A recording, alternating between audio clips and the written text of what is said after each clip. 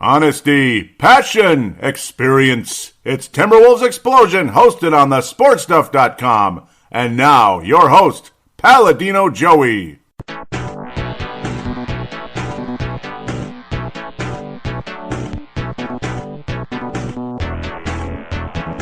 Hello again, Timberwolves fans. Are you ready for the explosion of Timberwolves basketball? I'm your host, Paladino Joey, or Joey Awajan. Timberwolves Explosion is on the sportstuff.com, iTunes, Stitcher, and Double Twist. It's a wonderful pleasure to be back on board once again with you today. In this show, we're going to get into free agency. We have a little rant to start things out. Normally, I probably would have started with the draft, we'll say, in the first segment, but then a certain star player is kind of running his mouth, or at least he's running his mouth to his agent, or I don't know what the heck we'd want to call it, but there's agendas going on, so we're going to start with free agency first, which we'll start off with a rant about the Butler effect, we'll call it, and the guy that started calling it the Butler effect, the guy that sent an audio submission 2 episodes ago, and of course he's been on the show many times, and we did Showtime and T-Wolves together, and we'll do it again, especially with what's going on in Lakerland. Can't imagine why that would be, but can't imagine why Lakerland would get a little more excited right now. But Vinrok, Vince Germano, the People's Champ, welcome once again to the Timberwolves Explosion Show. Joey, it is good to be back with you finally once again, and from cold, frosty Melbourne, Australia, Victoria, whatever you want to call it, it's bloody cold. Yeah, it had been super hot here for a while, like July 4th weekend, it's always humid, and then it's kind of cooled off the last couple of days, so I'll take that, a little breeze, but yeah, that's the thing, we're on the opposite sides of the planet here. I'm here in Golden Valley, Minnesota again. Every show we've ever recorded together was in Golden Valley, was when I was in Golden Valley. That's funny. My whole Brooklyn Park time was like the abyss. Let's just call it the abyss. That was kind of sad. Joey's fault. It's anything with Brooklyn and it should be the abyss, shouldn't it? Yes, yeah, absolutely. Oh, you guys had an awesome show, by the way, I have to say. The Courtside Podcast, the most recent one was hilarious, but Courtside Podcast, Wayne Hunt, Vinrok, Vince Germano, and the second richest man in Sydney, Stu Benson. Incredible show on iTunes and Podbean. Yeah, look, I'm not sure how we don't get more complaints, but, people seem to like it. So absolutely. Just get going. I couldn't believe it.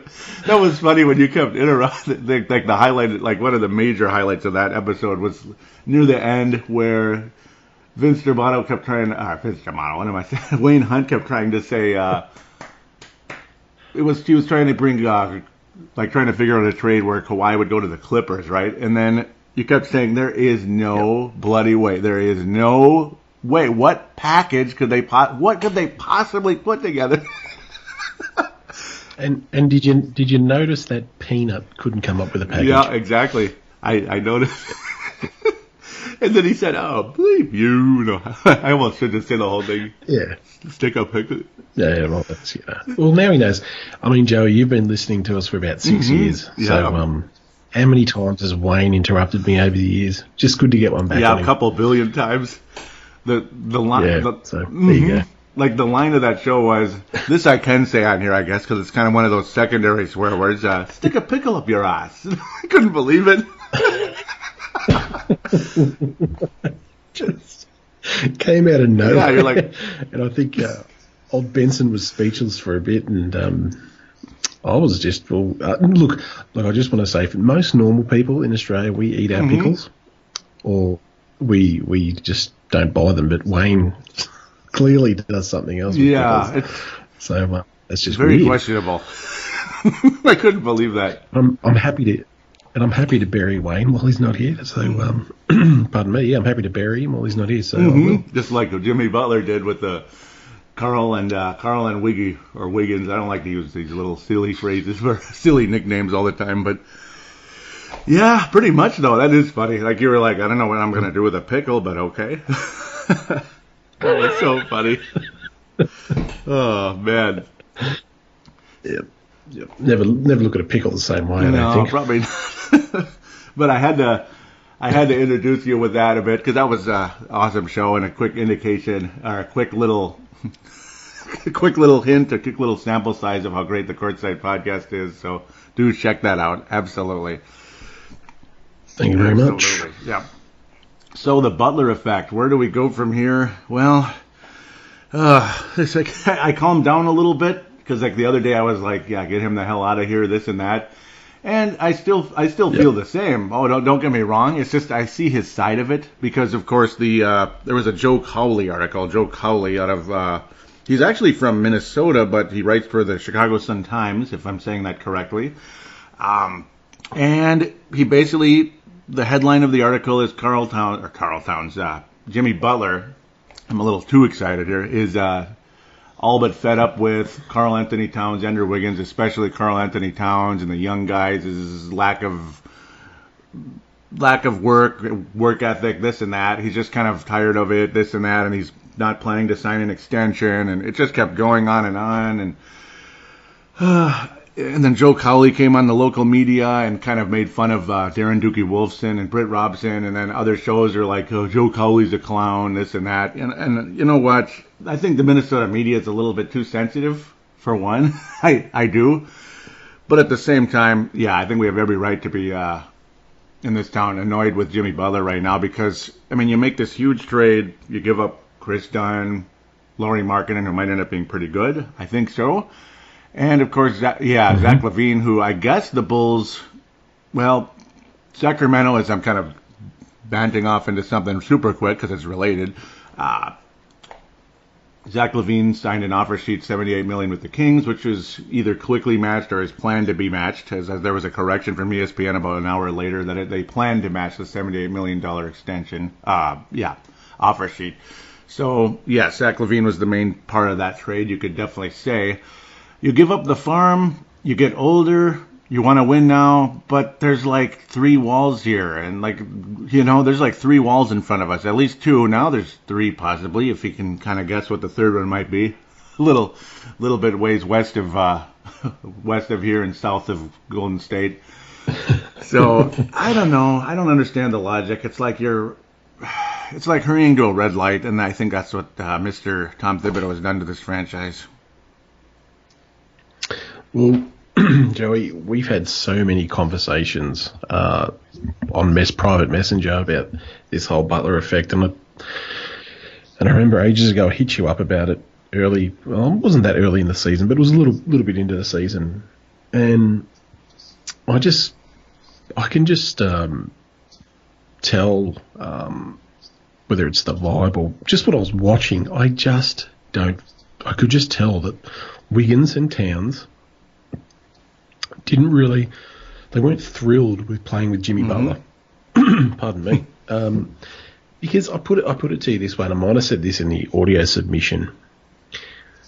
This guy, even though they made the playoffs in Chicago, they won nothing in Chicago. Not a damn thing. Jimmy Butler was not their franchise guy. He's a hell of a player. Great player. Is he a superstar? No. Is he one of those guys that's going to lead you to a championship? No. Can he help you? Yes.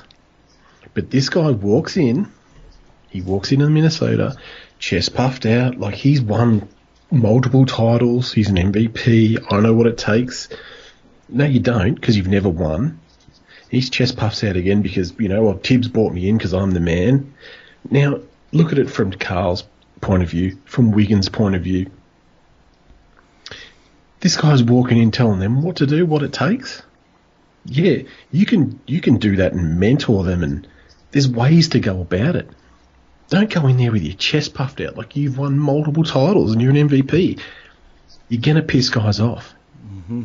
And that's what happened. Yeah, I think so too. It's that's a huge point there, obviously. Yep, and even some of the local media even started saying that too, and that's cool. So you got that ripple effect going there, which is great. It started from the court side, from Vinrok, Vince Germano.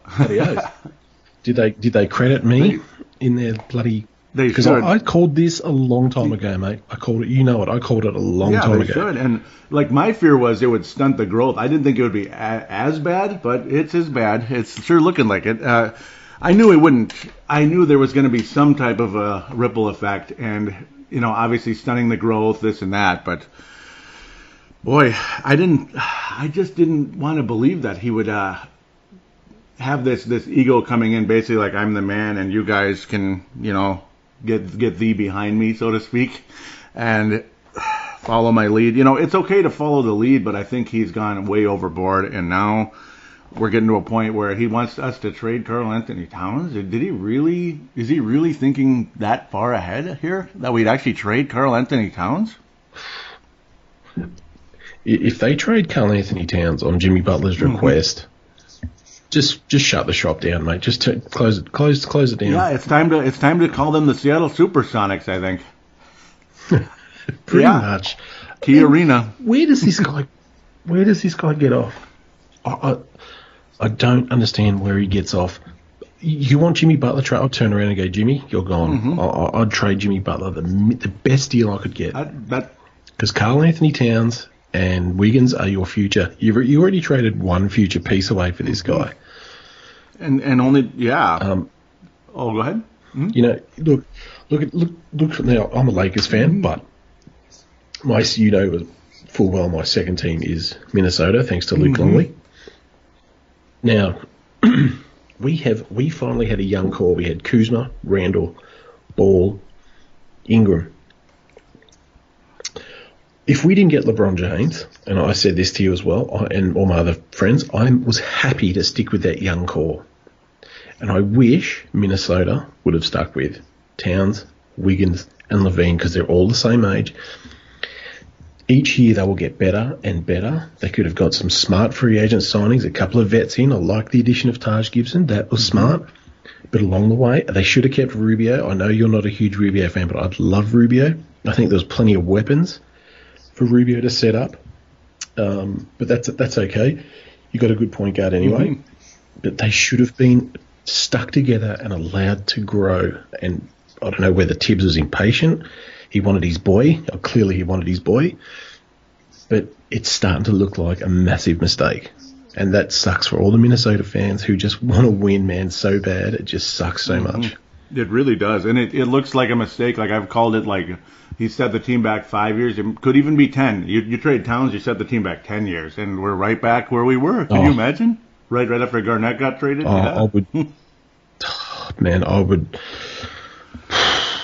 I just don't even want to think about that happening, mate. It's too depressing. Yeah, extremely. I really don't. It's like talk about taking the gas pipe. I mean, they would literally be doing that.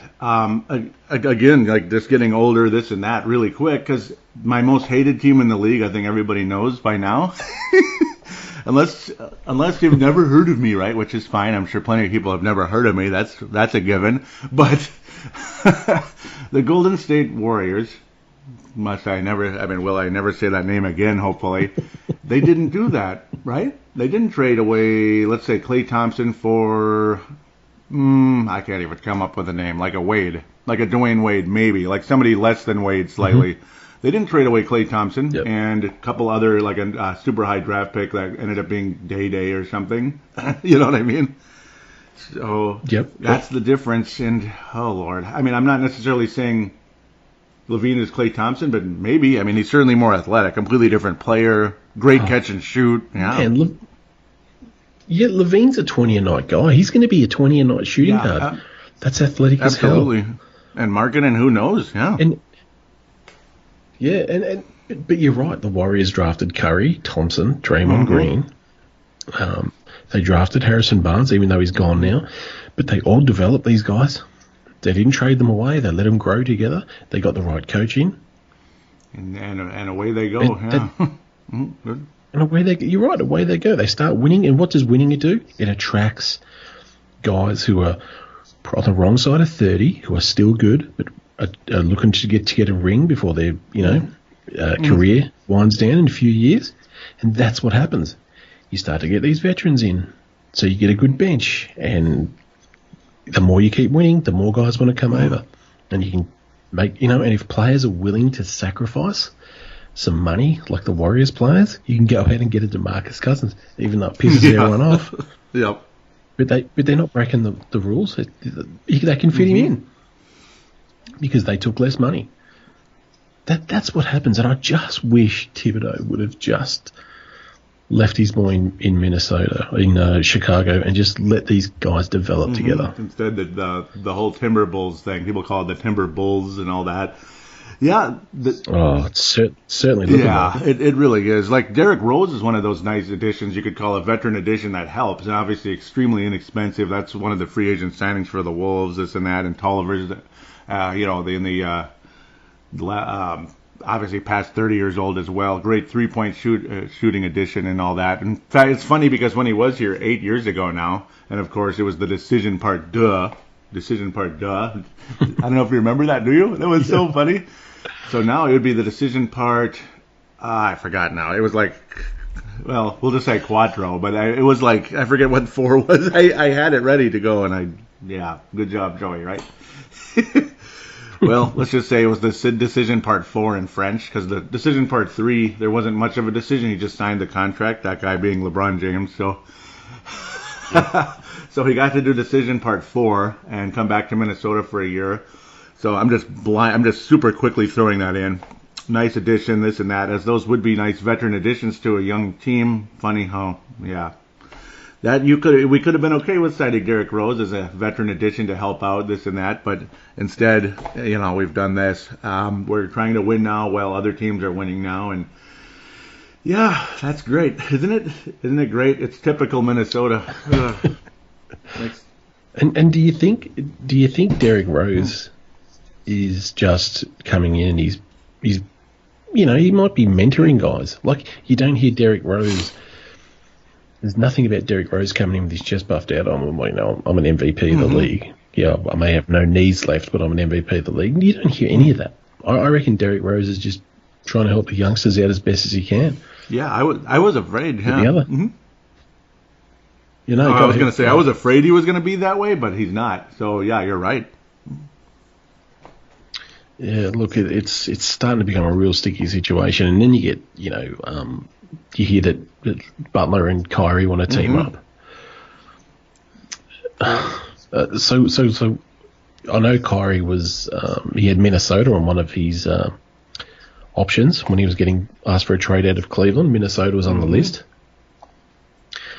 There you go. That was before Jimmy Butler went there. Wasn't I believe so. Or actually, I think it was slightly after. Was it?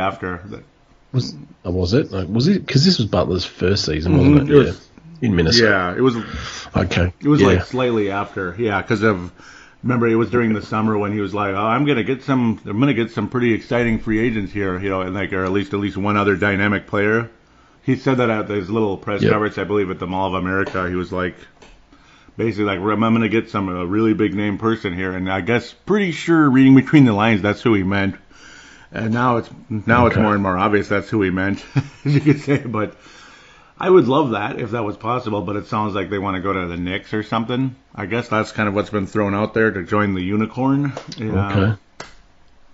Okay, that'd be interesting. But again, like, it just pisses you off because you've traded Zach LaVine, a guy you could have had for 12 to 15 years, maybe. And done in marketing,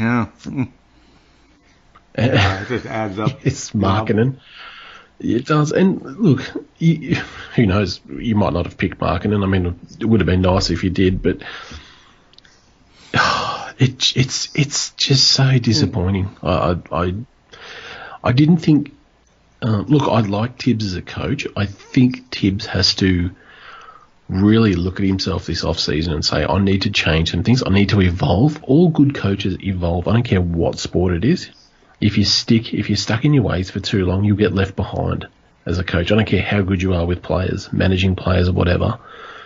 If you don't evolve, you'll get left behind. And he really needs to look at the mistakes he's made and fix a lot of things. And the number one thing is his relationship with players and using the bench more. It's a massive thing.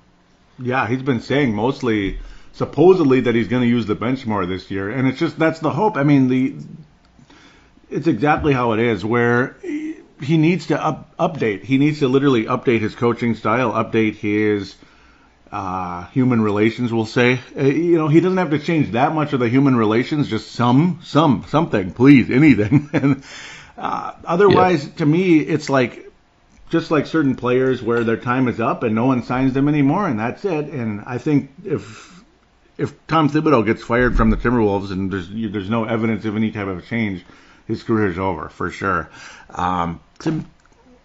To me, it's like people in this town too were actually defending Thibodeau a little bit, saying that it's not really his fault that Butler's doing this, but again, a fish rots from the head down, and you could even go higher than Thibodeau here, which I'm about to get to. That's what as I was kind of getting ready for the show, this thought was, resonating in a big way. Yep. See, it starts with Thibodeau bringing in Jimmy Butler, this and that. And again, it's like, you can't blame Thibodeau for Jimmy Butler, but then again, who traded for Jimmy Butler? Tom Thibodeau. Exactly. Yeah. And then number one, though, who hired Tom Thibodeau? Mr. Taylor. Yeah, so a fish rots from the head down. And again, we could even look at Glenn Taylor again. I like him as a person. I love when he comes on radio shows. He just sounds like the kind of guy I could sit and talk with for hours. I love the guy as a person. His decision making sometimes is good, and sometimes it's just like, sometimes it's the kind of decision that, as Joe Cowley would say, they're not big boy decisions. Joe Cowley was actually defending Thibodeau, saying that the Minnesota media and Minnesota fans can't handle a big boy coach coming in, this and that. He has more of a big boy Minnesota players rather than players like Karl Anthony Towns, of course. Andrew Wiggins would rather go home and play Xbox versus actually studying film, which is one of Jimmy Butler's huge gripes at the moment. I can see the frustration, but at the same time, again, you have to adjust a little bit. I think both sides need to adjust in a lot of ways. Like, I think the young guys need to grow up a little bit too. I know that's easier said than done at times, but yeah, still, it has to be handled a little smoother than it is getting handled. It's just like, it's like trying to do surgery with a chainsaw. It's not working too well. No, that's well said. I totally agree. But if Wiggins isn't watching game film and wanting to just go home and relax and unwind, playing some Xbox, whatever, look, I would much prefer to hear that he watches game film. He must watch some, surely, but what Jimmy Butler and everyone else who's bagging Wiggins for not watching game film, every player is different. Like, Wiggins is a kid too. He's still a kid. Like, he's been in the league, 3 years, but he's 21, 22? 95, yeah, so he's going to turn 23. But yeah, still, that's really young, Well, Okay. I guess he did turn 23. That's still super young, though. Like, the people at work that are 23, they're like little babies, Yeah, well, he's. I'm not surprised he's not thinking after practice, I think I'll go watch some film. He just wants to go and probably hang out with some mates or whatever, get online, play some Xbox. But as he matures and gets older, I think that'll change. But if Jimmy Butler wants him to change, no point getting angry at him. I don't think Wiggins is the type of guy you can get angry at and then expect him to watch film. I think you need to and this is where man management comes in. Because when you're a coach and you're a veteran player, it's about managing people. And you put your arm around him and say, listen, let's try this for a month or two, and we'll see if it helps our game. Approach it that way with Andrew Wiggins. Some players will respond like that. Some players won't. But unless you try, how do you know? I just think Wiggins is getting too much of the blame.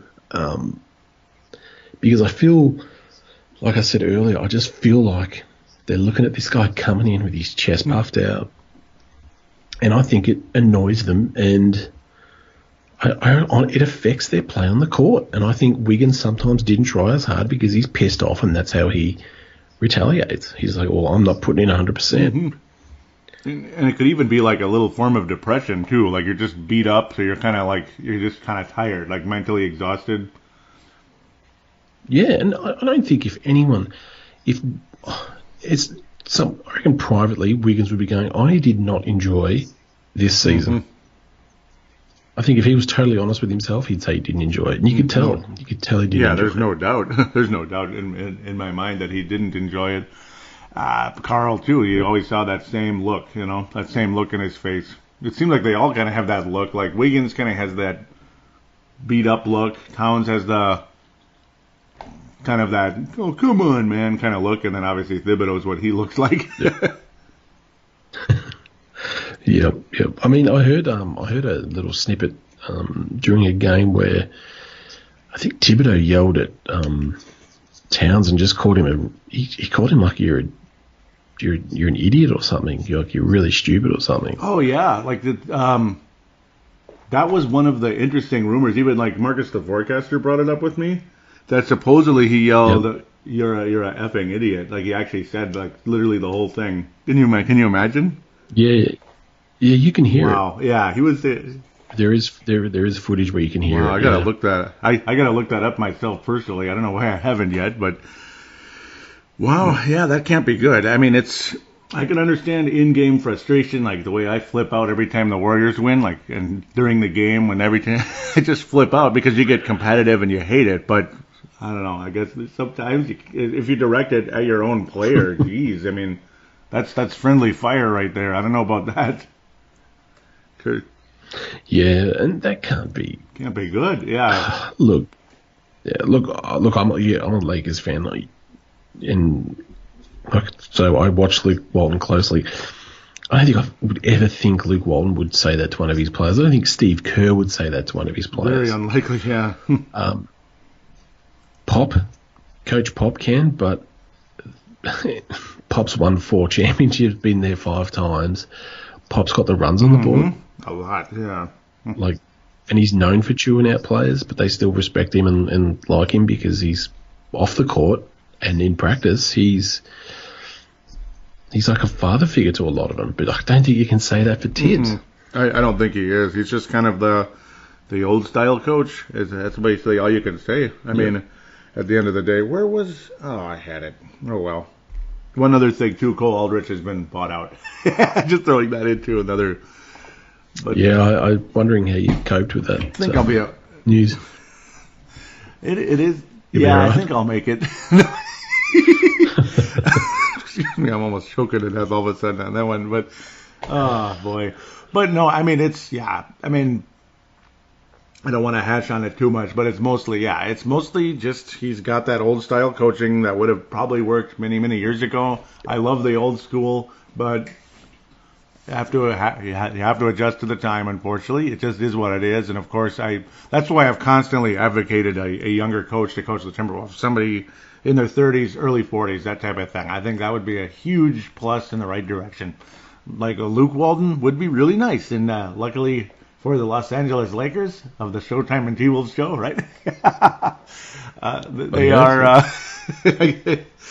They are heading in the right direction, this and that, and that I just wish the Wolves had a younger coach. You don't have that same negative vibe there. Obviously, it's been developing. It was probably like your longest stretch of not so good basketball, probably in franchise history. I got to think, and again, that's not a knock on them at all. I'm just saying it's. Yep, even the Lakers can go through stretches through development, and you have to be patient and. This time it wasn't just you have Kobe, now you add Shaq, just like that. But eventually something huge did happen. Thank God. And that's what's actually going to get me over to the States in a couple of years. Cool.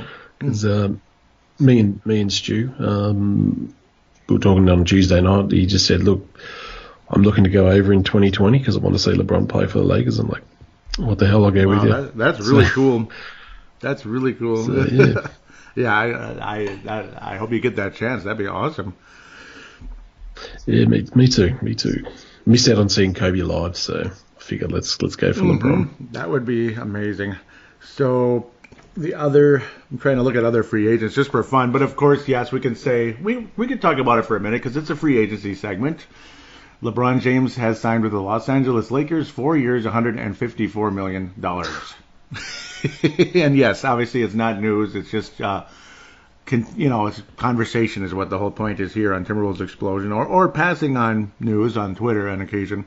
So, congratulations. Yeah, look, we don't want to spend too much on it because it's a Timberwolves show. But yeah, look, I'm a Lakers fan, Timberwolves second team. But yeah, look, super happy. Are we going to win the title? No. But just one quick thing I want to say is here's what's funny. You look on social media.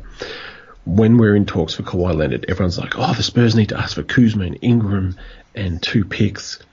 And then that goes quiet and they're like, oh, they're not going to win anything.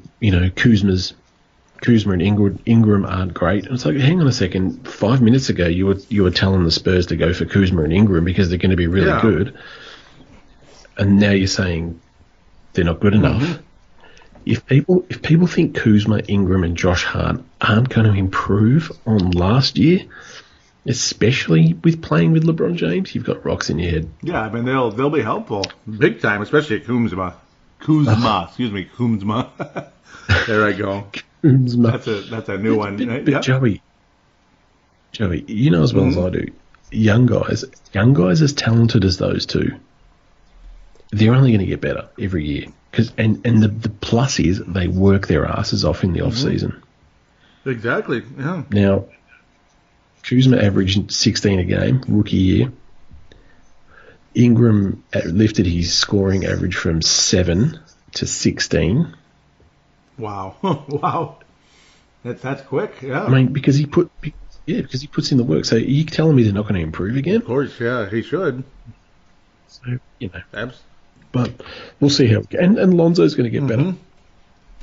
And the glad thing is today I heard that LeBron James is really high on Lonzo Ball, loves his game. So I'm rapt about that because you know how much I love Lonzo Ball. Yeah. See, that's the number one thing. Who did you have to give up to sign LeBron James? That's the number one thing. Who did you have to lose? Did you trade anybody away? No, it cost. Look, you could say it cost us Julius. Oh yeah. I'm sorry. Yes, there was that. Oh yeah. Julius Randle, of course. Yeah. I wish Julius Randle nothing but the best. Julius Randle, he is. New Orleans fans, you are going to love Julius Randle. Let me tell you. Yeah, he's still another one of those up and coming. Unfortunately, ACL victim. There's too many young guys at ACL just like that. Like Jabari Parker. Yeah. No, he broke his leg. That was a different one. He hasn't done it. Oh, yeah, God. he had foot surgery and broke his leg. Yeah, he hasn't. Geez, you're going to jinx him. Where's the wood? Here we go, wood. Okay. I deeply apologize. I get these guys mixed up because so many young guys have had ACLs. It's Jabari Parker. And I thought he was the other one, too. I deeply apologize. Yeah, it's just I remember him missing a ton of time, like, right out of the gate. It was now it's coming back. It was the broken bone. I apologize.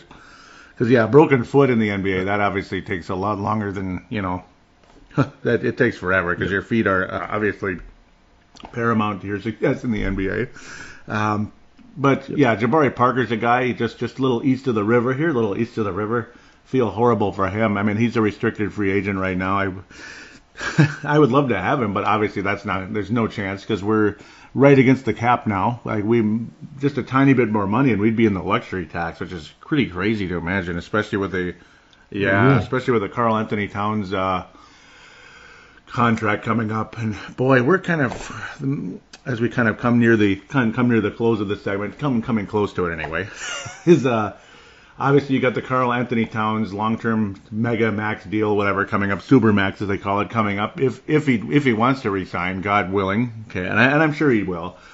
You still got the Butler one. Supposedly, we're offering him like 4 years, 111, or something like 5 for 177, and it could be up to 5 for 186. You know how interested I am in signing Jimmy Butler to 5 years, 177 or 186? Can you guess how interested I am in doing that?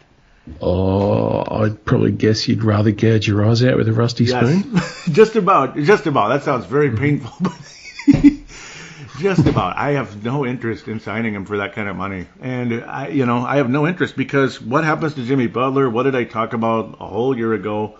The guy never stays healthy. He always misses 20 to 25 games a season, and it cost the Timberwolves home court advantage in the first round. The Timberwolves would have beaten the Oklahoma City Thunder, I believe, in a 7-game series. He would have probably taken all 7 of them, but we would have won. And that would have Yep. just think about the cha-ching that can help the franchise just a little bit of extra cha-ching, a series going the distance, 4 home games, and the second round, which we would, depending on who we play, I don't even want to imagine who that is, but either one of them would have sucked.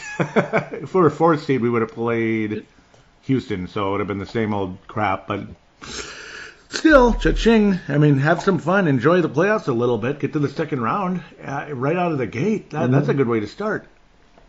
So, thanks again, Jimmy, for getting hurt. I know I can't. I know it's just the fact you can't count on him. I'm not gonna kick a guy for getting hurt, but still, it happens too much. Yeah, I know what you mean. Yeah, you look. Stu said to me this the other day. It's the market. It's what owners and that are willing to pay. But I just think if you're going to pay Jimmy Butler $5 million, 176, whatever 5 it years, was, yeah. He's not. He is. Who is he? Kobe Bryant at 28. He thinks he is. That's exactly right. He thinks he is. But again, Joey, I hate to keep harping on it. It just pisses me off that he comes in, walks into Minnesota, chest puffed out like he's won multiple titles, and he's just a god for some reason. 170, no way. I'd trade this guy. Quick smart. That's the thing. If it was any other president of basketball operations, I'm pretty sure he would be on the block right now, and there'd be all kinds of major negotiations going on, and just maybe Jimmy Butler would be playing for Pop. Wouldn't that be nice? Wouldn't that be nice? That's the best case scenario of all time, but at least that's the best remaining scenario.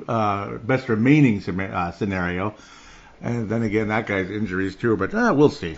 I would take my chances with Kawhi Leonard with this group. I think obviously his personality would match pretty much exactly with Andrew Wiggins. I've got to think.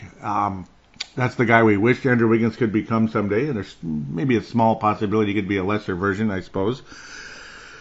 Yeah, fun. I wish we could do that. I would love to see Leonard on the Minnesota team. I'd be happy for that. But I also think if you kept Levine, I think Wiggins would have had a much better season than what he had. I think so. Yeah, I think so. The chemistry was there. The chemistry was definitely there with that group of players. The strange thing with that guy, Wiggins, I swear, it's like whenever there's less stars around, he does really well. It's weird. Like, it was funny how right when Levine got hurt, he's averaging like 24 points a game. It's nice that he picked up the slack, but it's almost kind of sad in a way. It's like he has some kind of weird mental block. That's something it's weird. Like me and Marcus have, some people are like that. They're weird. Like, oh, I guess I'm number 3, so I guess I'm this guy. Oh, I'm number 1. All right, let's go. 26 a game. Give me the ball and get out of my way. Yeah, if you can only have that mentality all the time, like just have that. So what is it? He doesn't have an ego? Is that what it is? Oh, it's like he's just kind of soft that way. He's mentally soft. Where, man, when that guy, remember his rookie year, how excited I was? Oh, and even in his second year, there are times that this guy, and I called him the silent assassin, and I didn't just call him that having fun. It's real. It's there. It's there, Andrew. What about the year the Warriors won their championship, the first one in this run? Yeah.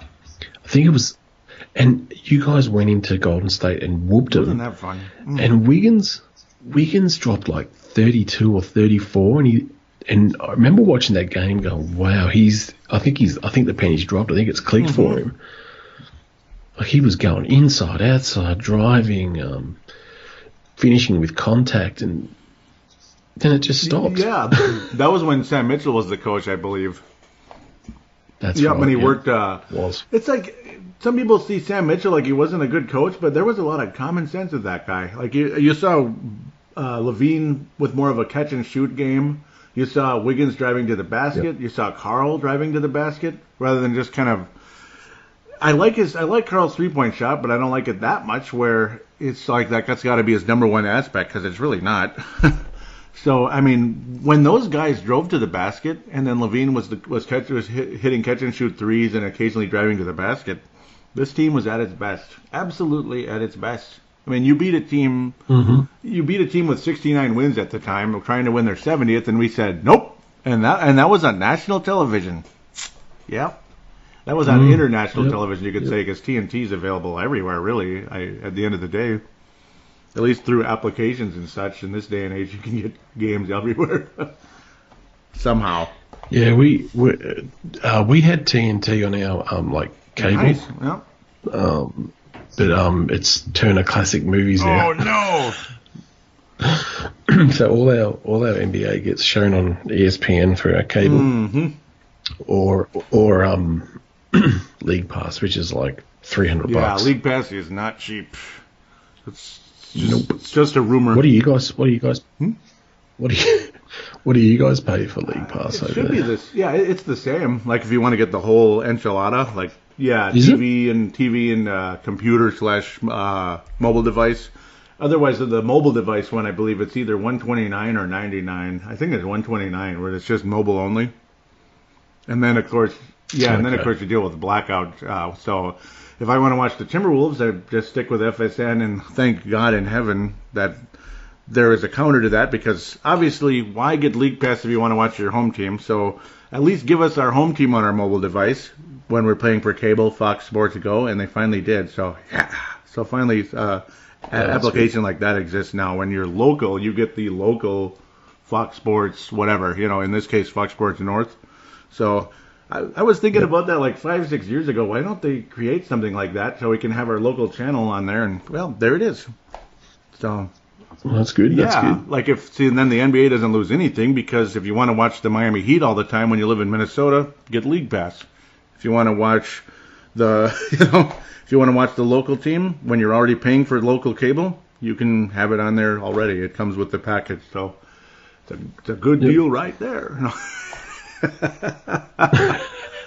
You should be going selling cable door to door. I think so. Actually, I'd probably leave my current job and do that. Dang it! No, I wouldn't do that. No, I hate sales. Sales sucks. No, unless I'm trying to sell something. I don't know, trying to make a trade maybe.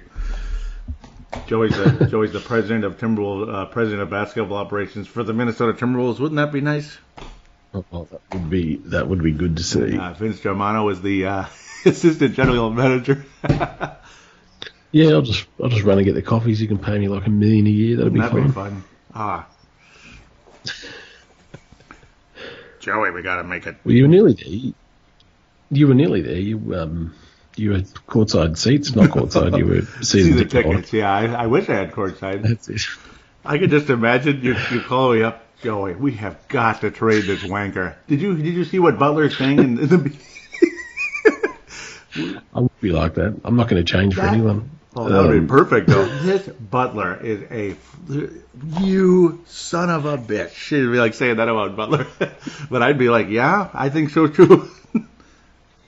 Are you going around Minnesota calling people wankers? Almost. I've been saying flog. I called Carmelo Anthony a flog. I think he's the next. Yeah, did you see that?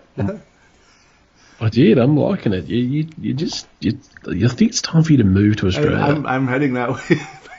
I gotta get out of here one of these days. Then I could get.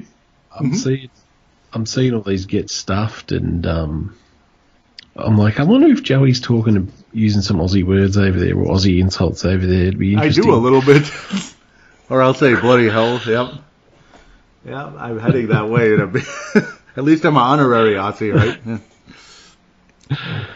Yeah, bloody oath. Bloody oath. Yeah. But that's pretty much. I mean, I think we've pretty much exhausted our Butler frustration, right? Yeah.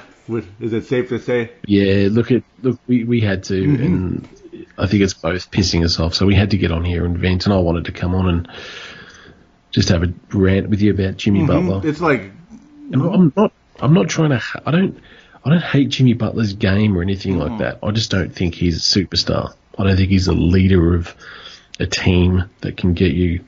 He's not going to do what Durant does, or what Kobe did, or what Dirk did.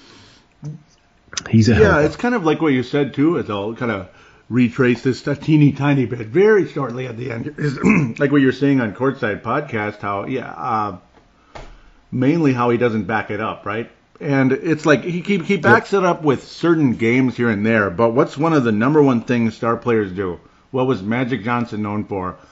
Michael Jordan, this and that. Remember the famous skyhook in the '87 finals? That he went to the Kareem department with a little bit extra mobility. He ended up clinching that series with that move. Michael Jordan, we could go on a million years with the quadrillion game-winning shots he made. I mean, that's why I love that man so much, because I love guys that stick that dagger in and end it right there. So many players. Larry Bird did it a quadrillion times. We could go on and on. Oh. How did Butler look in those moments last year? How did he look? No, that's exactly right, mate. That's exactly right. And that's why I wouldn't be paying him $176 million over 5 years. It's just not there. It's not worth it. That's what drove me nuts about. That's what drives me nuts about just about anybody that suited up here. Cassell was like that. Was clutch. Cassell was clutch. Yep. And he was. And of course, the guy that everybody worships in this town even more than Rubio is number 21. He wasn't clutch either, and that's what drove me nuts. He'll take the money, but he didn't want to take the big shot.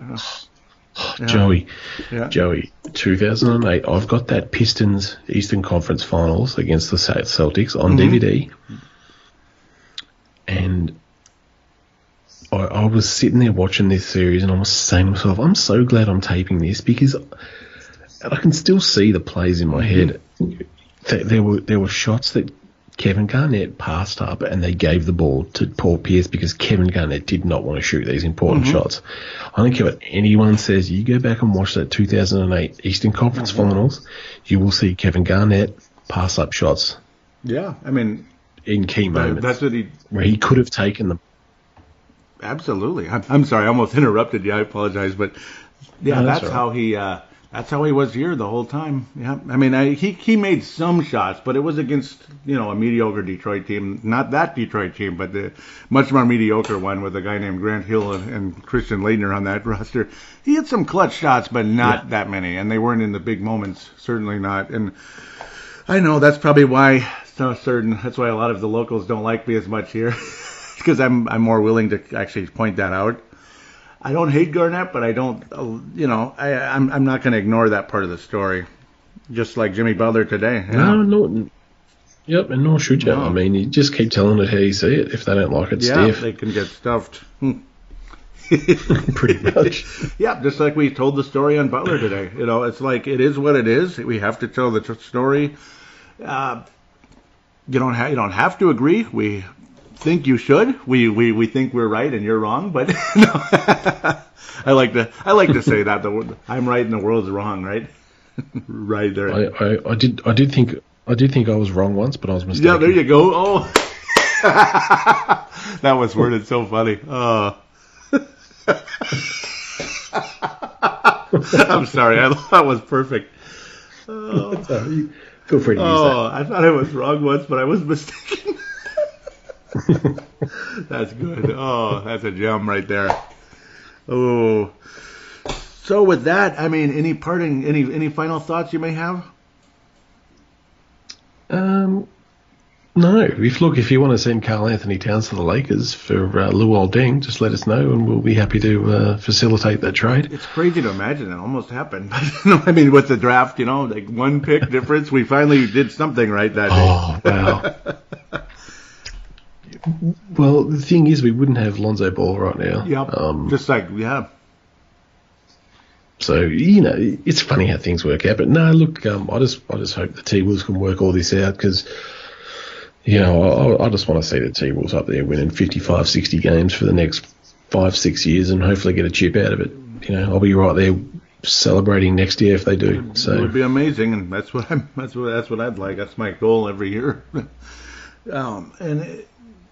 What was I going to say? It's just that's the whole key with the NBA too. Is the NBA is the most, in a lot of ways, I think you could say this about any sport with drafts and this and that, how It's unbelievable every single year how history could be different with one teeny little thing happening. Like if you took this guy and you got way better, you would have never gotten this guy. It's unbelievable, isn't it?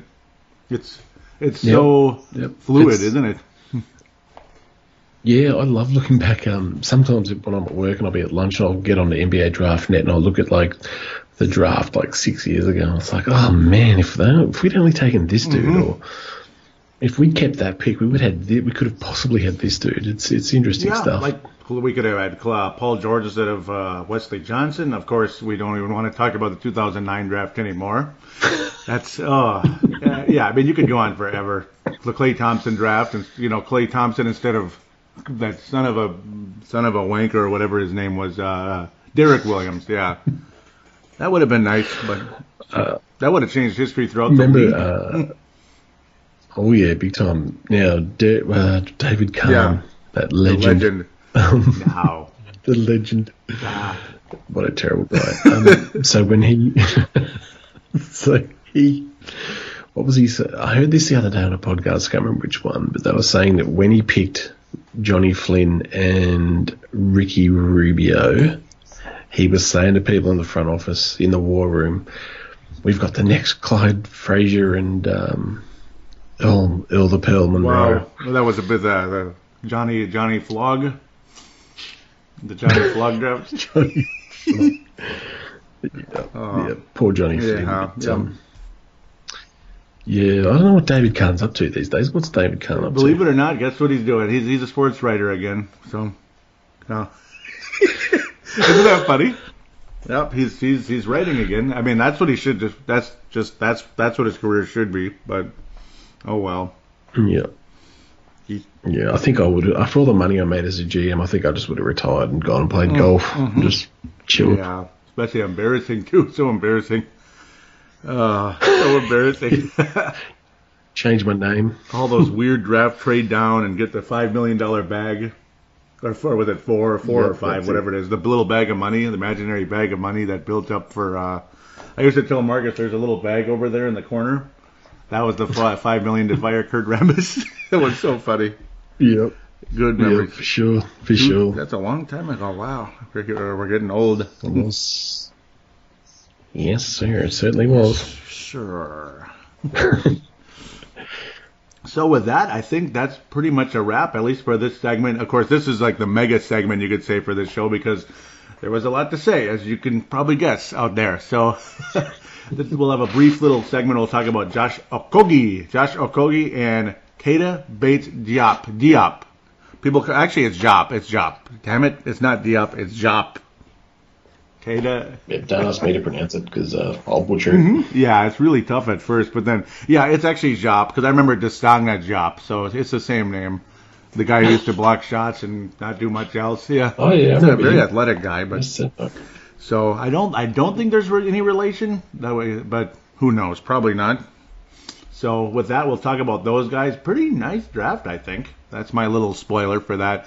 And of course, fan interaction as that. But yeah, this first segment is a big one. It's going to be a tough act to follow, but we'll try our best. We'll talk a bit about the draft and into the free agency.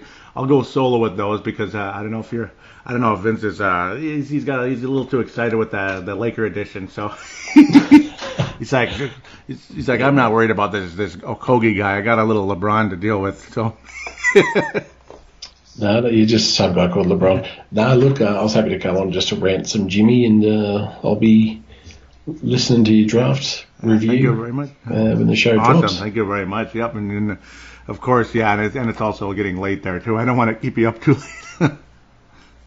That's it. Just gone nearly midnight. Yep, just like that 9 a.m. here. Yeah, there's the time difference, folks. So it's just becoming Sunday. It's Saturday morning here in the Twin Cities, as we like to call it.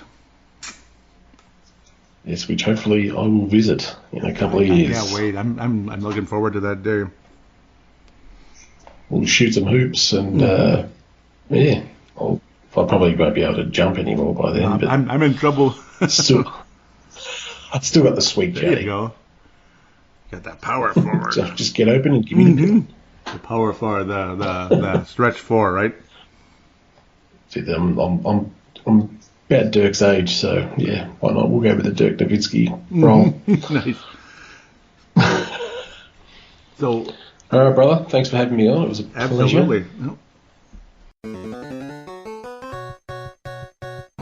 Oh, bloody hell. How am I supposed to follow that up? But then again, this was a pretty good draft.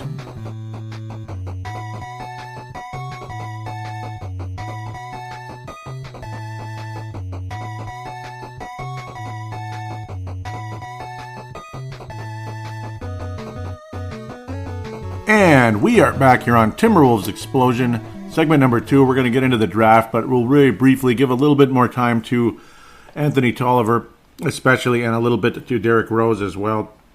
Nice to have Anthony Tolliver back in the fold, that's for sure, at the end of the day. But again, adding Derrick Rose, the Timberwolves went to him first, which is kind of funny. $2.3 million for 1 year. Nice to have him back. Veterans minimum. He'll add that energy, that veteran presence, and as me and Vince Germano talked about in the previous segment, man, I love having him on. I hope to have him on again very soon. Hope to make that more of a trend than a mirage, right? He's not coming in puffing his chest like I'm the former MVP, I'm this and that, I should be like the leader of the team. Obviously, he's not thinking that way. So we're kind of looking at things a little differently. He's willing to come in and play a role, and that's really nice. Clifford Rozier, he was a Timberwolf years ago, and this just kind of, he died of a heart attack. So that really sucks. He was 45. Clifford Rozier, I remember he was on the Timberwolves back in like the early 2000s. So we will give Clifford Rozier a moment of silence. All right, Clifford, God bless you and your family. That kind of came out of nowhere. So, again, sorry that I'm bouncing around, but I didn't expect to see that all of a sudden. But no, Derrick Rose, he was a nice addition, very helpful in the postseason. He was specifically good against Houston, so that's kind of cool in the regular season and in the postseason. He was helpful, this and that, and I think he'll be helpful for this team. And, of course, his role will be, in a lot of ways, he's going to be the new Jamal Crawford, and luckily he's about 8-9 years younger than Jamal Crawford. So that's helpful at the end of the day. I'm not complaining about that. So now you talk about Anthony Tolliver, a guy who shot about 43% from downtown last year, a guy who torched the Timberwolves every time we went to Detroit. So, okay, I'm happy. I remember like that New Year's Eve game a few years back. So it's good to have Anthony Tolliver in the fold again. 1 year, about $5.2 million for that. Only 1 year, or is it 5.6 actually? So slightly more, a few $100,000 more than Boogie Cousins to the Warriors. I'm going to say this quickly about Boogie Cousins and the Warriors and all that. And everybody's like, let's print out the Larry O'Brien Trophy for the Warriors for next year. You know what? Cut that crap out. The guy's obviously recovering from an Achilles tendon injury. You don't even know if he's coming back or how good he'll be when he comes back. Secondly, you know what? When does this team go from the 96 Yankees, who drafted really well, put together a pretty good team and some smart free agents, to the 2001 Yankees and beyond, when they got kind of greedy. In fact, extremely greedy. Oh, we need a pitcher. Roger Clemens. Yeah, we need an outfielder, Vladimir Guerrero. We need a first baseman, Jason Giambi. We don't really, it's just like, okay, seriously? And that's kind of, when does that happen? When does it get to a point where, okay, it's just getting to be greed, and obviously it gets to a point there's too many stars and there's just nothing really to say about it. And that thing's kind of head in a much different direction in a very quick time. And I wouldn't be surprised if that took place, that just maybe the Warriors are done winning titles. I hope so. Maybe I'm crazy and they're going to win 5 more. God help me. Please, Lord, don't let that happen. That would be greatly appreciated if it didn't. But we'll just have to let that play out, I guess. That's all there is to say. I'm very happy to have Anthony Tolliver back, of course. Remember the decision part 4. We talked about that very briefly again in the previous segment, as we were talking more about Jimmy Butler and other things, Tom Thibodeau, which I can lay to rest for now until the next episode. Anthony Tolliver, unfortunately, he's already 33 years old. That's the crappy part. But a young 33, because it was on June 1st that he turned 33. Nice season last year, of course, and he was valuable with the Wolves for 2 years. His second year, a bit quieter, less minutes, and that was in the originally in the Kurt Rambis year. Kurt got fired, and then you had the Rick Adelman. He had about 3 less minutes. 3-point percentage with the Wolves. Well, his first season, he attempted about 2 years with us. He was 41%. You barely even noticed it, but The next year he attempted a few more, made a couple shots, but overall field goal 3-point percentage anyway, less than 25%. And then it just kind of kept getting a little better. He had a good year with Charlotte, this and that, and last year he was outstanding. I remember he was like 6 of 5 last year in one of those games. Overall 3-point percentage about 38%, but he also adds defense and, of course, that veteran leadership that every team needs. A guy who averages literally around 20 minutes a game, about 6-7 points, this and that. Hopefully he'll get good, solid minutes, and I think he will. I could see him being a bit of a Thibodeau guy, whatever that means, right? If that's good or bad, we'll find out, right? But no, I do believe Anthony Tolliver will get a good amount of minutes. Gosh, that's funny. He wore number 43, and he shot 43% from downtown. So keep that number 43 and bring it in. He was actually about 44%. Almost half of his threes went in last year. And he also had a career high in 3 points attempted, 4.6. So welcome aboard, Anthony Tolliver. So now we'll finally get into the 2008 NBA draft, and it was fun. There were trades, this and that. Trae Young and Luka Doncic with the Dallas Mavericks and Atlanta Hawks. So Atlanta Hawks love Trae Young, and he got in a fight with Grayson Allen. Grayson Allen went one pick behind Josh Okogie, who did go to the Minnesota Timberwolves. He's a guy I did talk about extensively on the previous show. Very intriguing pick, and I was like, okay, cool. And I was kind of, you're just sitting there with bated breath, getting excited. Who's it going to be? Trey Brown, he went pretty early. Jerome Robinson went very early. Michael Porter Jr. probably should have went in the top 5, top 6, top 7. Ended up going 14, and guess where he went? The Denver Nuggets. Great. So just like Gary Harris, just like Jamal Murray, I think Denver got better as long as Porter Jr. can be healthy. Of course, did not play last night against the Timberwolves in the 1-point loss for us against the Denver Nuggets in our Summer League introduction. Statistically, anyway, see, Josh Okogie was okay. He was solid in the game, but you're looking at a guy that's going to really fill the stat sheet in terms of he's multifaceted. He can do everything. He can shoot from the outside. Now, nobody shot well this weekend. I mean, Mr. Grayson Allen, what was he, like 2 of 16 or something? Okogie, not good either. Terrible shooting. 1 of 5 from downtown. Okay, at least he made 1 3-pointer. 2 of 10 overall from the field. So crappy shooting.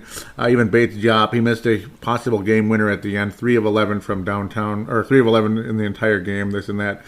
Diop looks okay. Keita Bates-Diop, nice pick. Okay, we'll get back to that. We're going to stick to Okogie for now. Multifaceted player. I'll also say Troy Brown was a guy I liked a lot. I thought he might wind up in San Antonio. He went earlier to the Wizards at 15th. Jerome Robinson all the way up at 13 to the Clips. We'll see what happens at that. That's going to be a very interesting addition and a very good addition for the Los Angeles Clippers. Kind of a dick move by the, what were they called? The 76ers making a trade as well. Ended up being Miles Bridges going to the Sixers, even though Michael Bridges, boy, these names are like almost the same. What the hell? That's Michael Bridges and Miles Bridges. Yeah. Oh, it just drives me crazy. Something's messed up here. But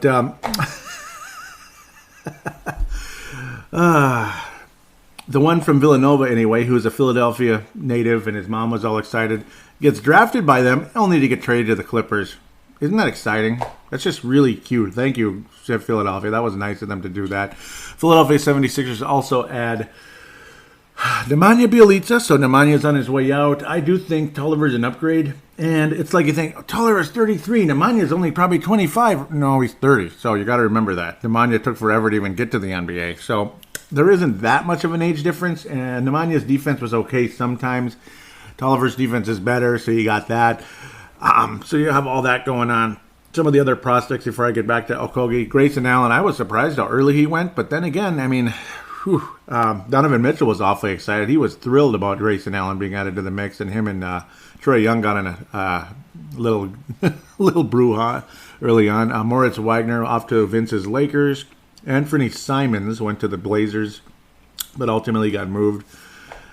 This and that. So nice addition. Actually, no, he's not the one that got moved. He ended up winding up there. Gary Trent Jr. is the one that ended up getting traded to Portland. My head is spinning with all these moves, this and that. So Josh Okogie, I'm extremely excited about this guy. He was the guy coming up LeBron James style from behind, knocking the ball off the backboard when guys were going up for layups, this and that. LeBron James style, which can be game changing. It can change the whole feel for that player. It can take the confidence out of that guy. Like, I had a layup there and I just got the ball knocked away. That's embarrassing. This guy, well, okay, go ahead and call it box score diving. But 3 blocks, 2 steals, that's not bad. 7 rebounds, 4 assists. It's not about, he's going to be a star because he did good in the summer league game. Well, he didn't do that good. He didn't even shoot well. But the whole point is the fact that he brings he's a multifaceted player. He brings multiple aspects to the game, to the Timberwolves. Offense, defense.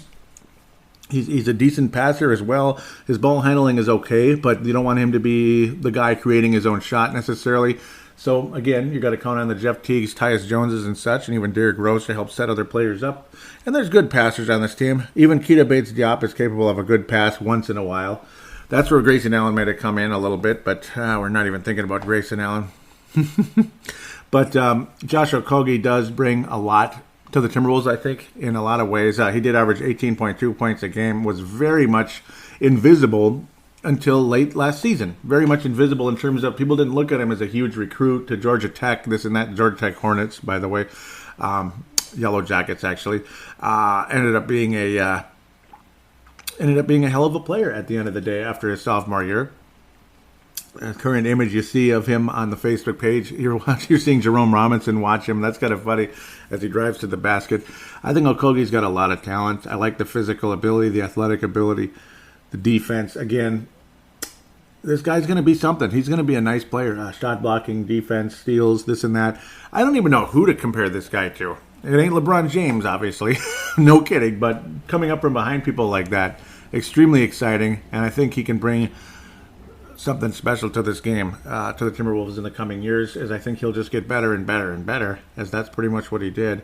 Averaged about 2 steals a game per his 40 minutes in Georgia Tech. Again, 18.2 points a game. Again, invisible before that, coming out of high school. Born in Nigeria, grew up in Georgia at the end of the day, grew up in Georgia, and now here he comes to the Minnesota Timberwolves. So very nice to have Josh Okogie in the fold. I'm excited. I'm very happy about this pick, actually. It's not a reach at all. There were some drafts that had him going early in the second round, but at 20th, anything could happen at 20th. You might end up getting a stud, and I think Josh Okogie, I don't know if he's going to be like the star player. Probably not, but I think he'll be a very, very valuable player. I think the guy closest to him in the NBA on the high end, we'll say, like high end, like what he might be if things really pan out in a positive way, is probably Iguodala, Andre Iguodala, because he's an extremely good defender, good athleticism, this and that, and he could be a factor coming off the bench or as a starter someday at the end of the day, which is what Iguodala has been in both roles, and of course been an integral part of the Golden State Warriors, in fact getting the Most Valuable Player award for the 2015 NBA Finals. So, yeah. I can see a little bit of Iguodala in Josh Okogie, and I'm intrigued and very pleased with the move at the end of the day. So I can't complain. Grayson Allen, though, it's funny to see him go right away after the Wolves. And there was all kinds of talk that might be who the Wolves pick, and we'll see what happens. Gary Trent Jr. out of Duke. Not Gary. When I say Gary Trent, I generally mean the original Gary Trent who played with the Wolves and the Mavericks and stuff. But Gary Trent Jr., I have to say Jr., went obviously to Duke, went to Sacramento. But, neither Zach LaVine or Gary Trent Jr. will be part of the Kings. The Chicago Bulls matched the offer from Zach LaVine with Zach LaVine, so he's staying in Chicago. Gary Trent Jr. moved to the Portland Trail Blazers at the end of the day. And ultimately a guy who he could have gone 20th overall, he could have gone 25th overall, he could have gone 18th, he could have gone 30th, he could have gone 32nd. Ends up falling to 48, 18th overall in the second round. Keita Bates-Diop, still available for the Timberwolves. Sweet. Obviously had to recover from an injury a year ago. Kind of dropped his rank a bit, unfortunately. Dropped the confidence of general managers throughout the NBA. So people weren't super excited necessarily, apparently, going into this draft, despite the fact he was the Big Ten Player of the Year. The Big Ten is a decent conference, I gotta think, right? It has been for quite a while. Out of Ohio State, averaged 20 points a game last year. Very good senior season. So, yes, senior. He's the same age as Karl Anthony Towns. Karl Anthony Towns, if he was a senior in Kentucky, would have been the number one overall pick this year, too, I would hope. Averaging like 30 points or something like that, 15 rebounds, and well, hopefully more blocks a game. He was it drives me nuts how good of a defender Karl was in college and how you're not seeing it in the NBA at this moment. But Keita Bates-Diop, capable of playing defense and capable of being kind of an overall type of player. 6'7", 235. He looks thinner than he is, basically. Very cool, though. He could be in the NBA for a long time, hopefully. He could play even a small ball. He could be the center. He could be a power forward, stretch forward here and there. Stretch four, pardon me. He can hit some threes. He's not spectacular from downtown, but he can do it. Kind of an overall piece. I think he'll be a piece. Like, he's not going to stand out. He's not going to be spectacular or anything, but he'll rebound the basketball. He'll have an overall kind of a game, and I'm happy to have him at the end of the day. Can shoot off the dribble, all that, high release, so he'll be tougher to block, this and that. Yeah, it's really, again, it's an effort thing sometimes with some of these young guys, and of course, that was something with this one. People were wondering a little bit, consistency here and there. Defensively, consistency, this and that, and I don't know. That just sounds like the Timberwolves right there, but hopefully Keita Bates-Diop can focus and lock in. He sounds like a pretty intelligent guy. Sounds like a professional person when he talks. I like the way he talks. Josh Okogie sounds extremely exciting and filled with energy, and I think he's got a wonderful future for this team. So, nice draft. Nice draft. Nice to have Diop fall to the Timberwolves, and it's nice to feel satisfied with the draft. It does. I feel satisfied with this draft. I'm not like, yeah. I don't feel that at all this year. I don't feel the Wolves screwed up. So, good draft. Fill the needs. You added wings. You got a forward who can play. He's not going to be a shooting guard, obviously, but in the small ball lineup, which Tom Thibodeau has been talking about, he's going to be more into the small ball. And, well, with a guy like Derrick Rose on the roster playing shooting guard, that sounds like small ball to me.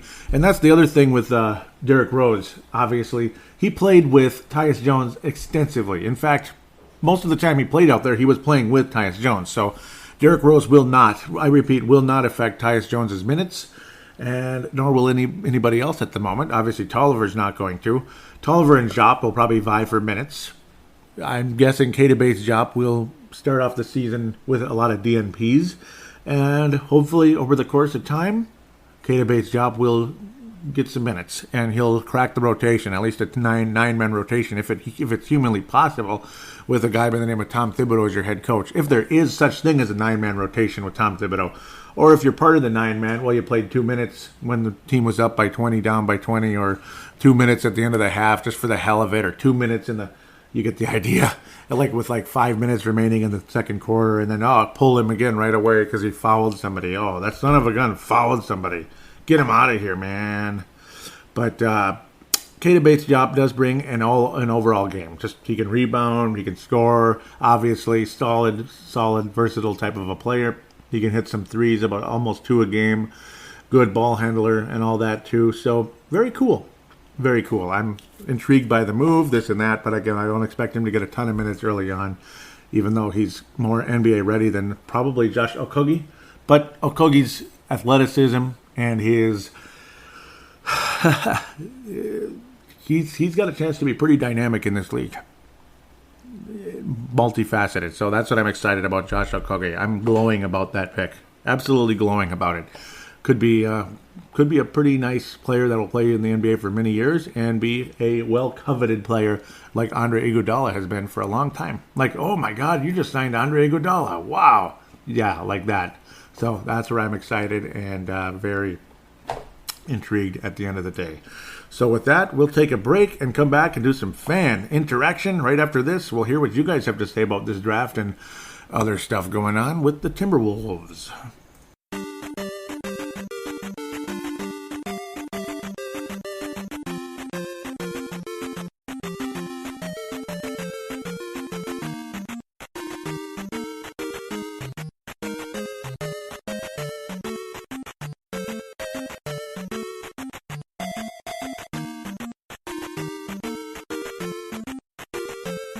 All right. Let's get back to some Timberwolves conversation, fan interaction. All right. We all have places to go. Just kidding. That's the George Washington Geico commercial, but yeah, I love that one.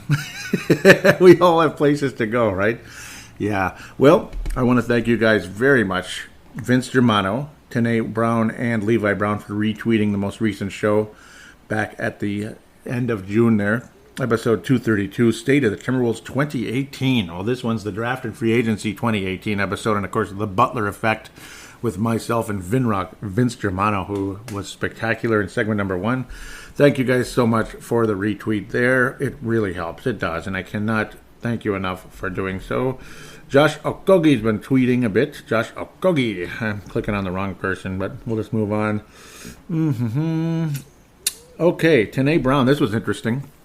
Yep, this was a conversation they even brought up on the Courtside just recently. Courtside podcast, of course, iTunes and Podbean, so that shout-out is very much in there. Oh, yes. Before I get to the Facebook page, well, I'm going to give a shout-out to Flip's Army really quick. Flip's Army. Do recommend that one. In-game threads, off-season conversation, and just general Timberwolves conversation. Great Facebook page, Flip's Army. Thank you, Trevor Wickerin, for allowing me to post links to Timberwolves Explosion on that page. Thanks again for the conversation indeed. Tanae Brown. And, of course, thesportstuff.com, for those of you wondering. I think it's kind of down right now, and I'm guessing I'm just going to be... it's just going to be an iTunes-based show for now. iTunes, Stitcher, Double Twist. It's just going to be uploaded, and there's not going to be a website. I don't think there was a whole lot going on with the website anymore the last 2 or 3 years anyway, which most of you may have noticed. So we'll just have to wait and see how that pans out. But I may wind up on a different page, probably with the... Well, I'll leave that alone. Let's just say maybe Australia-based somehow, some way. But I'm just kind of... I shouldn't even be saying that, but maybe somehow, some way. Or I'll just go this way for now. Enough, Joey. At Wolves Explosion, Tanae Brown says, not so sure about the Rose signing now. Basketball is obviously a confidence game. Obviously, Rose isn't the player he once was, but he had moments at the end of last season where he showed flashes of his former self. Thoughts to Levi, Vinrok, and myself. Vinrok, Vince Germano, of course. This was also mentioned again on the Courtside podcast. Hooping Central says, Derrick Rose recently saw a fan outside near a physical therapy facility. The fan reportedly told D. Rose, "You're the man." Rose responded, "Nah, man. I wish. Not anymore. I wish," with a broken heart look. But I don't think Rose put the broken heart. He was just talking. Basically, Hank McCoy, or Wayne Hunt actually said that that's probably pure unadulterated BS. It's just made up. I don't know. It is what it is. If he said it, he said it. I'm not that worried if D. Rose is... I'm not that worried if D. Rose said that. It doesn't really make me feel less of him. Maybe he's just kind of humble. He's not full of himself like a certain Butler effect player or anything. Maybe that's all it is. I don't know. He was full of himself before, though, I think. And again, he is collecting. When I was talking about it's okay if he takes the NBA minimum, again, who am I to say that? But yeah, he's collecting. So it's $15 million a year as long as he's still playing from Adidas. I was saying Nike, but it was Adidas. So at the end of the day, though, he signed a massive contract worth about $250 million with that company as long as he's playing in the NBA. So if he was not on an NBA team at all, he's not going to get that money because there's no NBA player to represent those shoes. So that's the story there. Adidas, though, I think right now they're taking an L, as the millennials would say. They're taking an L. I don't like to use millennial phrases very much. The only one I like, even though if it counts as millennial, is throwing shade. I like throwing shade, and I like throwing shade, and I also like saying throwing shade. So if that's even a millennial thing, I like that. So there's the only millennial side of Paladino Joey right there. Now that I've said that word about 50,000 times, Marty Grimble chimes into our conversation, and he says he's good value, him being Derrick Rose, good value for the minimum. He knows he's not the same athlete anymore, but just giving him Crawford minutes is going to be a big plus. I agree 100%, Marty, if you happen to be listening to this episode. I'm not sure if he is or isn't, but I agree 100% with what was mentioned. Apparently he's following, so there's a chance. And I love this sign, and I agree with it. I went to his Marty Grimble's Twitter. Warning, whole bleeping city. Of course, the whole F word is in there. Under construction. I agree. And that would... it is... The whole bleeping city is under construction, and I hate it. It's winter and construction season in Minnesota. It's construction season again. So Vince Germano says, it's sad, bro, but hopefully he realizes he's still a good NBA player. And I think he does, because he played with confidence when he was out there. It didn't look like he's like, no. He looked like he wanted to really get out there playing. And I even wrote, get stuffed, Jimmy Butler, get out of here, and I was retweeted. Oh, Pumpa, whoopsies, I didn't even respond. I apologize. Done with him, mate? And it's like, yeah, kind of. I kind of am, because he wants to, so Pumpa, if you're listening, yeah, I'm done with him because of, well, the first segment, all the stuff he's saying and all that. Butler, to be frank, is being a dick. He's being a dick. And it's okay sometimes it's okay to be a dick with your teammates, saying, get your head out of your ass, even punch him in the face like Michael Jordan used to do.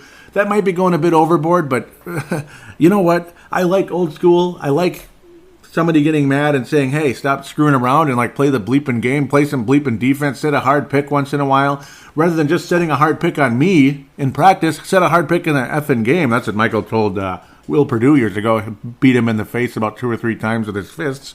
Why don't you do that in the effing game? Of course, he didn't say effing. He said the whole thing. Get the idea. Duh. So that's kind of the story. I get that part. But to just come out and say, oh, I'm not, he's probably not going to sign an extension, and I'm fed up with this team already, and blah, blah, blah. But we'll see. We'll just let that play out. So I guess that's it for Twitter, unfortunately. Very intriguing. Yes. It's always interesting to see people responding and such. So we'll end the Twitter conversation there. Off to Facebook. Facebook.com/Timberwolves Explosion. Facebook.com/Timberwolves Explosion is your Twitter. There's your Facebook page. It looks like Twitter because of the @Timberwolves Explosion. You can look that up also on Facebook, but whichever works for you. Timberwolves Explosion. Where was the last show? Tom Thibodeau throwing shade. I love that one. I had to write that on there. And guess Cole Aldrich was waived. There's the last show, and I was saying Tom Thibodeau's contribution last season, throwing shade on the Timberwolves. Fred Mitham says Minnesota Timberwolves. That's even better. Timberwolves. That's good. He continues saying, "Hey, at least I've expanded my NBA appreciation to 2 more teams to enjoy. The Jazz with Donovan Mitchell. Wow, yeah, I like that.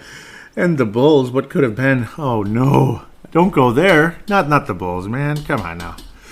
That's the other Timberwolves. It's the Bull Wolves. Okay, that sounds stupid. Gonna have to leave that alone though. My other teams, Boston Celtics. I'm a Minnesota fan first, a Boston fan second, so I like all the Boston teams. The Bruins, the Patriots. Yeah, I said the Patriots. If you don't like the Patriots, get stuffed. I like the Patriots, so get stuffed if you don't like them.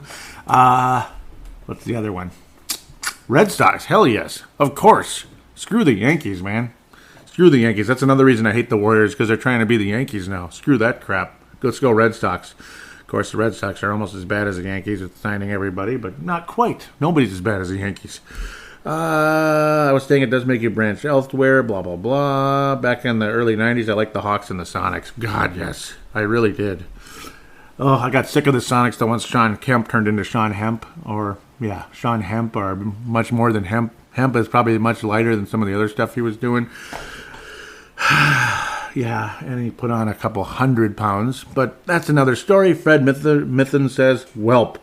Looks like I can add the Bucks to my list of teams to watch." Yeah, I like the Bucks too. I've kind of always had a soft spot for that team. There's only one Wisconsin team I hate. Well, 2. The Packers and the Badgers. I hate the Packers and the Badgers. Oh, my God. But I like the Brewers. I've always liked them. You know, the Twins haven't been in the same division as the Milwaukee Brewers for 20 years now, I think. No, we've never even been in the same division. They were in the AL East. Oh, God, I loved the Brewers back in those days. The old MB hat, Paul Molitor, Robin Yount, BJ Surhoff. Oh, God, I love that team. Oh, what were the other names? Jamie Navarro, I believe. Oh, man, I love that team. They were good. They were good. And you go even further back to 1982 when a lot of those guys were still on the team, but just much younger. Paul Molitor. Oh, I love that team. Paul Molitor is a pretty familiar name around here. Just maybe. Let's continue. He was talking about the Bucks. Seriously, if Towns disappears in the playoffs again, I may be done with this team altogether. I don't blame you. I'm sick of guys disappearing. I really am. Fred continues with this thread saying maybe Grayson Allen would make things interesting, and apparently he didn't. He's going to Utah. So he's making things interesting with the Jazz anyway. That's your other team, kind of. Fred Mitten says, Josh Hu, oh well, the draft is probably really hard for Tibbs since none of these kids ever played for him in Chicago, and that's pretty funny. That's a good one. Good one, Fred. Thank you for a contribution there. That was fun. I like that. Good conversation. And you got me going with Wisconsin there. I hate the Badgers. Everything Badgers. Freaking basketball. Oh, their fan base is just a bunch of, fill in an Australian insult. Just, I can't stand them. Bunch of flogs. Bunch of wankers. I don't ever know what. I can't stand them. Oh, my God. They never stop. Every little thing. And the Packer fans are the same way. Every little bounce of the ball, it just happens to go their way. And then, But enough about Warriors fans. Levi Brown says, what's the report on him? This is about Josh Okogie. I was saying, Josh Okogie, your thoughts? What's the report on him? I don't follow the draft players very closely. Shame on you. No, I'm kidding. I was saying I mentioned him a bit, intriguing, very athletic and all that, like I talked about in segment number 2. But, yeah, I like him. I'm enjoying that pick. I do. Levi Brown says, I do remember that, but didn't remember the names. And yeah, he remembers me talking about Josh Okogie, and I call him Okogie on that show. And Dante DiVincenzo. Okay, Dante DiVincenzo. You know what the problem was there? And I was going to do an addendum and errata to that earlier. Yeah, Dante DiVincenzo. I heard that during the NCAA tournament. My mind blanked, and you know how I did my research? At nighttime when my wife was sleeping, you know what that means? I turned the sound off, partially because I hate all that damn hip-hop music. I don't want to hear it. Every one of you can love hip-hop until the cows come home. You can love hip-hop until your ears turn blue. I hate it. So that's the other reason I turned the sound off. It would have been a quick reminder, and that was my bad. That's where I dropped the ball. I thought I knew how to pronounce it, and I didn't pronounce it right. Dante DiVincenzo, and he went to the Milwaukee Bucks. So congratulations, Milwaukee, again, getting a solid player. Kyle Fisher says, would be fantastic if he became our sixth man. In a perfect world, Jop could make the team too. It's all a matter of Thibs playing these guys, though. These two and Patton should get some great time, and I hope they do. And Patton is the other one he's an invisible. He's a Bigfoot. Timberwolves wave Cole Aldrich. Vince Germano was asking if I'm okay. I think I'm okay, Vince. I even talked about it on the previous show. I was saying no disrespect, Cole, but I think it's, for $7 million, I don't think there's any chance to keep him. God bless him. He's a really good guy, and it's just all there is to it. Dan Joe May making his return to Timberwolves Explosion. Great to have you back, Dan. He said he should come and play in Australia. For a big in the NBA, he's okay, but here he would dominate. That if I was him and I didn't get much of a contract offer, man, wouldn't that be great to go to Australia? Come over, Aldrich, Lamarcus. No, not Lamarcus. Cole Aldrich, come on over. Vince Germano said that's an insult to our league. Wow. Dan May says why. Vince Germano says Aldrich is shit, basically, by showing that. He's poo. LOL, he'd dominate in New Zealand, though. Oh, my. That's throwing some shade. Wow. There you are, throwing some shade there. Wow. He'd dominate in New Zealand, though. Am I right, Tanae? Tanae responds with, he'd average a quadruple double in New Zealand. Oh, my God. You guys are funny. Oh, zing. Oh, Vince throwing a little shade towards New Zealand. That is funny. Derrick Rose agrees to one year deal with the Timberwolves. Vince Germano says nice. Tene Brown says the way he finished last season, this is a steal. Yeah, it is for $2.3 million, which is the minimum now because in the NBA, yeah, the minimum's a little higher than other sports. In hockey, you're gonna get, I think the lowest you can make in hockey is like $440,000, which that's not chump change to us, but to them it is. And then if you're really unlucky, you get sent down to the AHL and you have a two-way contract, meaning, the $440,000 is not $440,000 in the AHL. It's maybe $100,000, which still I could handle that. I could handle playing hockey and making $100,000 a year. But maybe those guys can't because it's tough on there. But yeah, that's what they call a two-way contract. But of course, if it's a one-way, then you're getting the 400,000 anyway. Now, of course, welcome to Brave the Wild. You might as well check that show out since I mentioned it accidentally there. Brave the Wild podcast, Minnesota Wild conversation. Where obviously the 2.3 million will happen. It'll go to Derrick Rose no matter what. It's guaranteed for sure. I don't think it's an unguaranteed contract. Who's this Tolliver guy? Yep, number 43 there, and that was a little bit lower than his three-point percentage last year, which is pretty exciting. Just like last time LeBron left Cleveland, Anthony Tolliver makes his decision coming to Minnesota again. Ali Sidikai says, I like this move, like this hustle off the bench. Last time he was here, his shooting will help too, and his shooting will help a lot. It was below average when he was here, but then it picked up over the course of time, of course, elsewhere. I was saying there's some douchery going on right now in our own backyard. Is anyone surprised? This is, of course, the whole Butler and all that crap. I also was saying this seals Thibs' fate. He has no chance of returning after next season. I don't think he will either. I think he's going to get fired. I do. I think things are not going to get better, and he's going to get fired. And I hate throwing shade on the Timberwolves' future. I'm probably not even using that phrase correctly. Throwing shade is making a side comment, but I hate to put a dark cloud on the Timberwolves' future here. But, well, barring some type of incredible miracle happening, it doesn't look good, folks. Let's be honest. It don't look good. The doctor's report isn't good, so you just have to hope and pray things can get better. Suffice to say, I'm enraged. Vetsala Singh says, good riddance. He and Thibs can leave. No one is going to stop them. Levi Brown wraps it up saying, hard to know what's true and what's not, but certainly it doesn't look good. Glad my second team got some good news with the point guard resigning.